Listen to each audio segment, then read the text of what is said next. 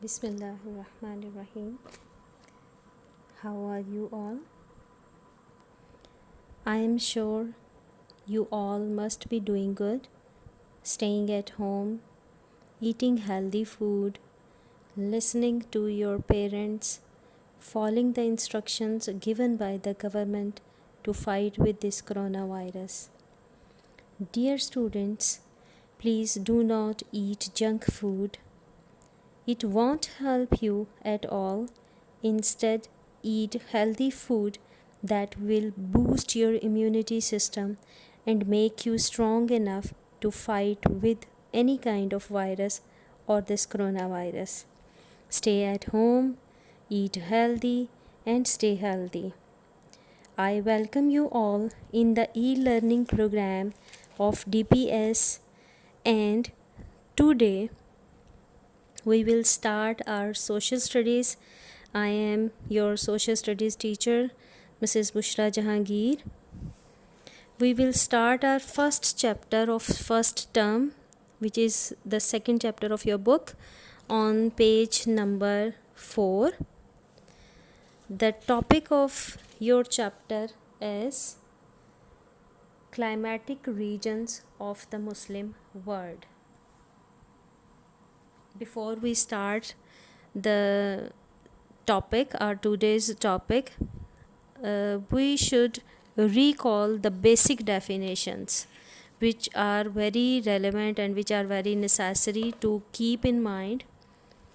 First of all, we will recall the definition of social studies, जो आप हर साल हर class में हर टीचर आपको जब भी सोशल स्टडीज़ पढ़ाती हैं तो आपको बताती हैं. I hope you have in your minds. Let's recall it. Social studies is the study of people in relation to each other and to their world. यानी लोगों का आपस में, हमारा, आपका, सबका आपस में क्या ताल्लुक़ है और हम दुनिया में किस तरीके से रहते हैं. It is a subject that draws upon history, geography, ecology, economics, law, philosophy, political science and other social science disciplines. और आपको पता है कि हम जब भी अपनी social studies की बुक देखते हैं, we have divided this social studies books into two parts. One part is called geography and the other is called history. And today our second chapter is from the part of geography. So we will also recall the definition of geography.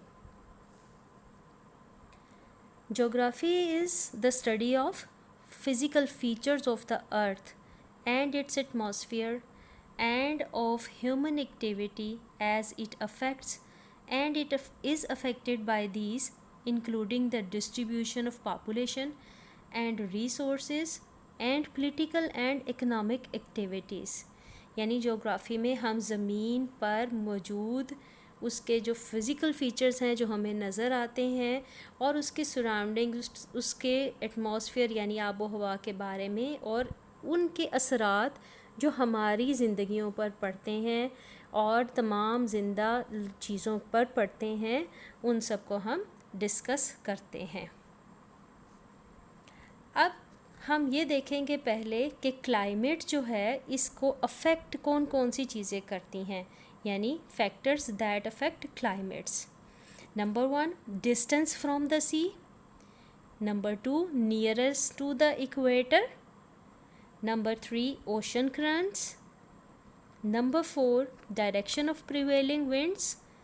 Number 5, shape of the land. And number 6, distance from the equator.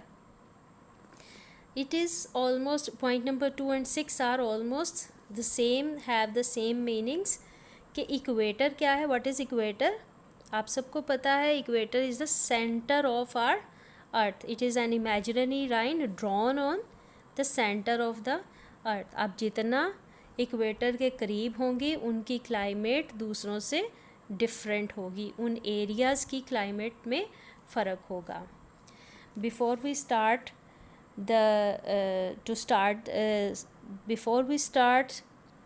to learn the climatic regions of the Muslim world, it would be very relevant for us to know the difference between climate and weather. Now, what is weather? Weather is the day-to-day state of atmosphere, and its short-term variation in minutes is to weeks.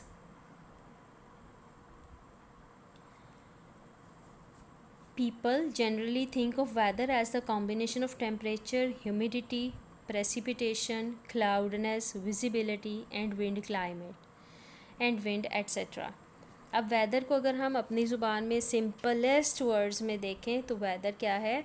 ये ऐसा मौसम होता है जो हर रोज़ या हर हफ्ते तब्दील होता है, यानी ये एक शॉर्ट टर्म के लिए चेंज आता है. और इसके ऊपर क्या ये किस चीज़ से बनता है? वेदर में कॉम्बिनेशन किस चीज़ का होता है? ये टेम्परेचर का होता है, ह्यूमिडिटी यानी हवा में नमी कितनी है, क्लाउडीनेस कितना है, विजिबिलिटी कितनी है, यानी समटाइम्स आपने देखा है फॉगी वेदर होता है तो विजिबिलिटी हमारी ज़ीरो हो जाती है. तो इन सारी बातों को मिला के क्या बनता है? वेदर बनता है. और अगर हम डिस्कस करें कि क्लाइमेट क्या है, तो ये एक ऐसा मौसम होता है जो कि लंबे अरसे तक सेम रहता है. Climate is the weather of a place averaged over a period of time often 30 years. कभी कभी ऐसा भी होता है कि क्लाइमेट आपकी 30 ईयर्स तक सेम रहती है. Now we will see Muslim countries are divided. Basically क्या है, हमारे जो मुस्लिम कंट्रीज़ हैं इनको डिवाइड किया गया है 8 क्लाइमेटिक जोन्स या रीजन्स में, और उनके नेम्स क्या हैं ये आपने अच्छी तरह से लर्न करने हैं. पहले आप नाम याद करेंगे तो आपके लिए इजी होगा इनकी डिटेल्स को समझना और इनको माइंड में रखना. The names of the climatic regions in the Muslim world are: number 1 deserts, number 2 semi-deserts and scrublands, number 3 tropical grasslands, number 4 tropical forests, number 5 temperate deserts, number 6 Mediterranean regions, number 7 temperate grassland, number 8 monsoon regions. Now we will start from our first topic or first type of region, that is deserts. deserts के बारे में आपने पढ़ा है, बहुत छोटे level पर भी आपने पढ़ा है. deserts कहते किसको हैं? बैरन लैंड या बंजर ज़मीन को, जहाँ पर ज़्यादातर क्या होता है? सैंडी एरिया होता है. ठीक है. और उसमें क्या होता है कि रेनफॉल बहुत कम होता है, बारिश बहुत कम होती है. अब हम इसके मेन पॉइंट्स पहले देखेंगे और उसके बाद आप अपनी बुक्स खोलेंगे और उसमें से रीडिंग करेंगे. The climate is hot because there is almost no rainfall. तकरीबन बारिश जो है यहाँ पर ना होने के बराबर है, जिसकी वजह से यहाँ का क्लाइमेट बहुत गर्म होता है. Therefore there is hardly any agricultural output, और यही वजह है कि यहाँ पर ज़राअत के शोबे में बहुत कम काम होता है. 3/4 of the world's major deserts are in Muslim countries. अब क्या है, हमारे जो इस्लामी ममालिक हैं इनका तकरीबन ये जो पूरी दुनिया में डेजर्ट पाए जाते हैं उनका 3/4 पार्ट जो है वो हमारे मुस्लिम कंट्रीज़ में मौजूद है. उसमें से वेल नॉन डेजर्ट्स जो हैं उनकी आपको मैं एग्जांपल्स देती हूँ. The Sahara deserts in Africa which make up 60% of the total desert area of the world over. यानी पूरी दुनिया में जितने भी डेजर्ट्स मौजूद हैं उनका 60% हिस्सा जो है वो अफ्रीका के सहारा डेजर्ट्स पर मुश्तमिल है. Number 2 the Thar desert in Pakistan. Pakistan में मौजूद है ये. The Somali deserts in Africa, the Kyzyl Kum in Uzbekistan, Dasht-e Lut in Iran and Rub al Khali in Saudi Arabia. Though these countries are poor in natural vegetation. अब ये जो countries हैं जिनमें हमने जो वेल नोन डेजर्ट्स हैं उनका हमने पढ़ा है, अफ्रीका है, उज़्बेकिस्तान है, सऊदी अरेबिया है and little bit as in Pakistan. ये सब यहाँ पर इनकी नेचुरल वेजिटेशन यानी कुदरती तौर पर जो सब्ज़ा है वो काफ़ी कम है। दे हैव, लेकिन अब अल्लाह ताला ने उनको कैसे और चीज़ों में नवाजा है। They have valuable mineral oil and natural gas resources. For example Saudi Arabia है, द गल्फ़ स्टेट्स हैं, ईरान है, पाकिस्तान है। पाकिस्तान में भी आपको पता है क्योड़ा माइंस हैं जो कि बहुत पूरी दुनिया के मशहूर माइंस हैं, नमक की सॉल्ट माइंस। इसी तरह से सऊदी अरब जो है और ईरान जो है और इसके अलावा जो गल्फ़ स्टेट्स हैं, ये सब क्या हैं, मिनरल ऑयल और मिनरल गैस की वजह से बहुत मशहूर हैं और उनकी वजह से उनके कंट्रीज़ जो हैं they are rich countries. Now if you will look at your book, this is page number 4. Your topic is climatic regions of the Muslim world. ये आपको अभी मैंने बताया, आपको मैंने मेजर जो क्लाइमेटिक रीजन्स हैं उनकी डिवीजन बताई। They are divided into 8 different parts. इसमें से अभी मैंने आपको मेन पॉइंट्स बताए डेजर्ट्स के।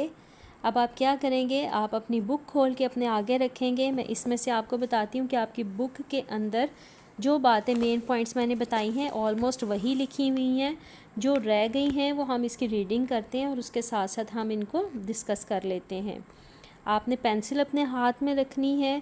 आप डिफ़िकल्ट वर्ड्स के मीनिंग्स भी लिखेंगे ऊपर, और आप इनको साथ साथ जो आपको समझ ना आए आप उसको अंडरलाइन कर लीजिएगा, उनको हम बाद में डिस्कस भी कर लेंगे। Topic is deserts. You have already read about deserts in book 1। अब आप माशाल्लाह से 7th क्लास में हैं, आपने 6th क्लास की बुक में भी डेजर्ट्स के बारे में थोड़ा सा पढ़ा था। जो मैंने आपको पहले बताया, आपने definitions almost at every level जो है सोशल स्टडीज़ की बुक में आपने पढ़ी हुई है।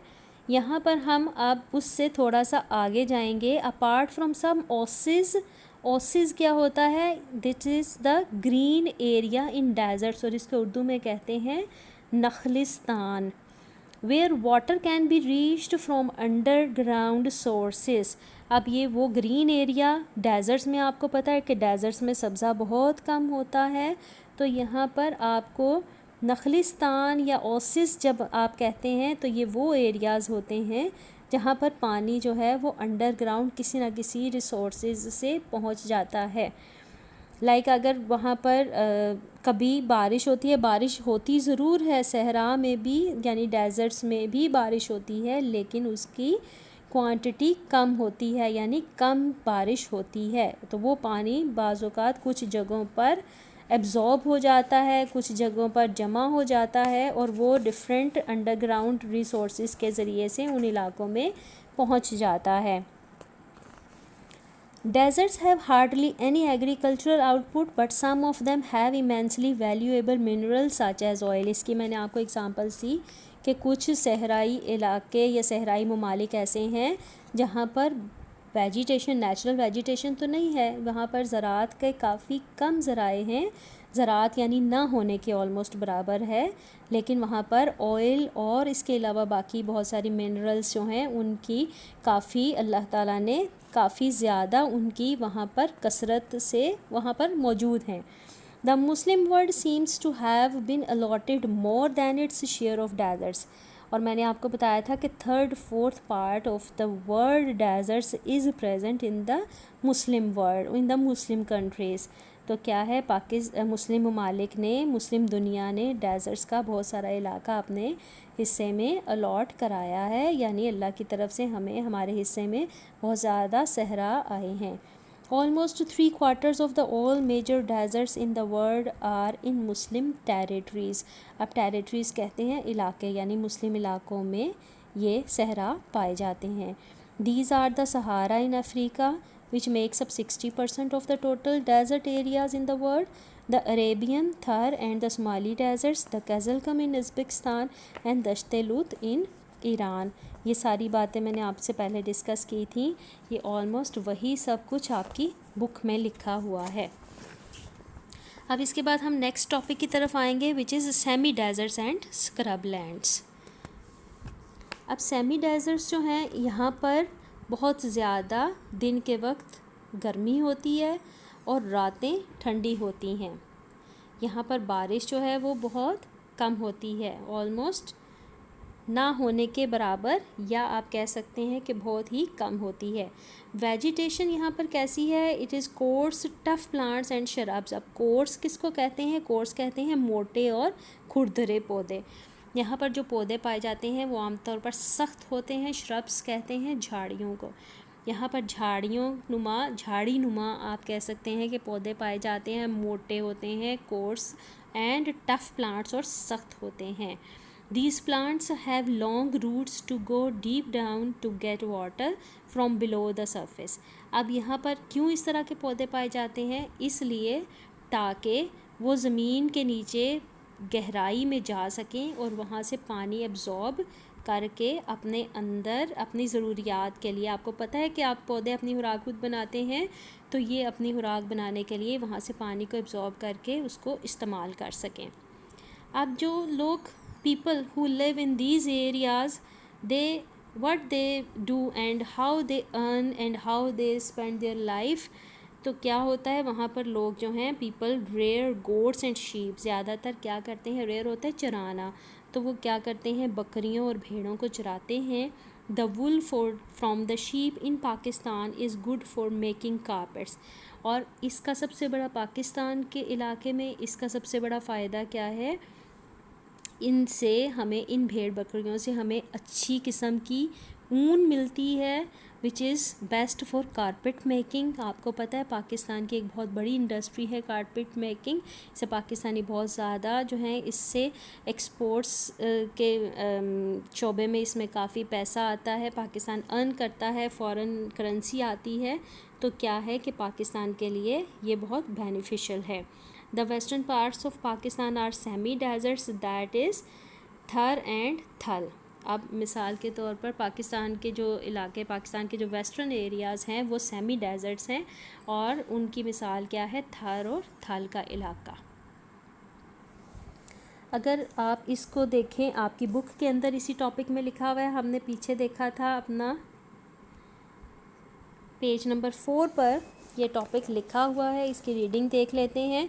This has occasional rain but not enough for crops to grow satisfactorily like ordinary deserts. The daytime temperature is high and the nights are often cool.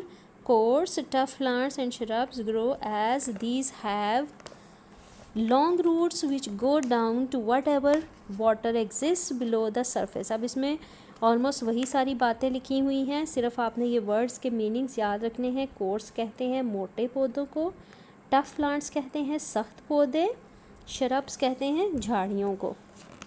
There only real use for agriculture is for wandering animals specially goats and sheep. These are valuable for Pakistan because these hardy animals give hard tough wool which is excellent for making carpets. Parts of western Pakistan are semi deserts। ये वही सारे points हैं जो अभी हमने discuss किए थे।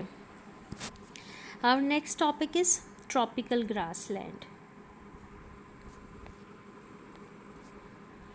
अब ट्रॉपिकल ग्रासलैंड का जो इलाका है इसको सवाना भी कहा जाता है। It lies between the deserts and the tropical forests. ये ज़्यादातर कहाँ पर पाया जाता है? डेजर्ट्स और ट्रॉपिकल फॉरेस्ट के दरमियान में। Rainfall in these areas are between 500 to 1500 millimeter।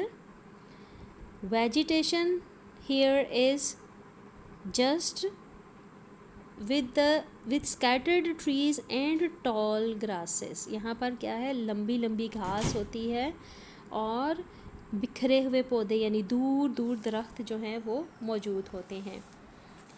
अब यहाँ पर एनिमल्स कौन से पाए जाते हैं? They are called game animals. In Africa ज़्यादातर यहाँ पर गेम एनिमल्स पाए जाते हैं।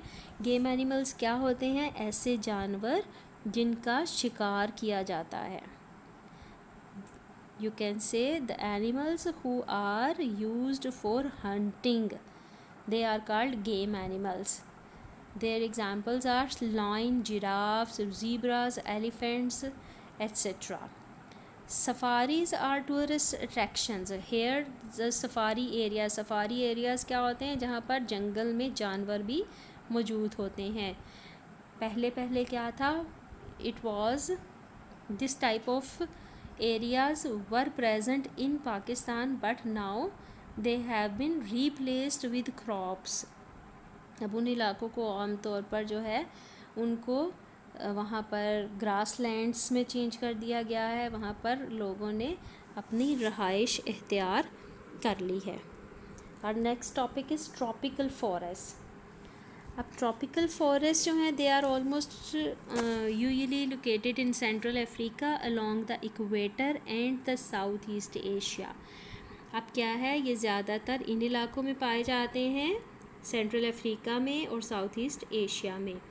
यहाँ पर क्या है, rainfall is about 1800 to 25 millimetre which is more than tropical grasslands में कितनी हमने देखी थी, ऑलमोस्ट 500 to 15 मिलीमीटर, और यहाँ पर कितनी है 1800 to 25 millimetre. Temperature in these areas remain almost 20 to 30 centigrade all the year round. Here are thick forests of tall trees with giant creepers. यहाँ पर बड़े बड़े creeping animals होते हैं, creepers होते हैं, giant होता है बहुत बड़े साइज़ के, और animals, birds and monkeys on the tops of the trees, canopy, snacks, lizards and insects below. अब क्या है, ऊपर जो है बर्ड्स और मंकीज़ होते हैं top of the trees. Canopy कहते हैं पत्तों से ढका हुआ, यानी कि बहुत बड़े जब दरख्त हो जाते हैं तो ऊपर से पत्तों के ज़रिए से वो एक छत सी बना देते हैं, यानी कवर कर देते हैं. कैनोपी होता है कैंप की तरह, हैमा सा बना देते हैं. तो वहाँ ऊपर बंदर और परिंदे होते हैं, और नीचे जो उन एरियाज़ में ज़मीन जो है वो थोड़ी सी मॉइस्ट हो जाती है, थोड़ी सी ठंडा टेम्परेचर हो जाता है, तो वहाँ पर स्नैक्स, लिजर्ड्स और इंसेक्ट्स पाए जाते हैं. The basic forest products in these areas are sugar के teak and other wood work, rubber. अब क्या है, टीक क्या है, ऐसी लकड़ी होती है जो कि मुख्तलिफ फर्नीचर वगैरह में इस्तेमाल की जाती है, और यहाँ पर हार्ड वुड और रबड़ भी पाया जाता है.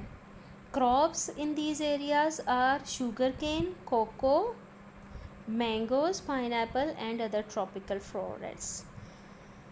The effect on human life is healthy because of the amount of oxygen they provide, but यहाँ पर कुछ बीमारियाँ भी होती हैं. ये तो एक पॉजिटिव पॉइंट है इन इलाकों का कि यहाँ पर लोग हेल्दी ज़्यादा रहते हैं क्योंकि उनको ऑक्सीजन बड़ी मिक़दार में मिलती है.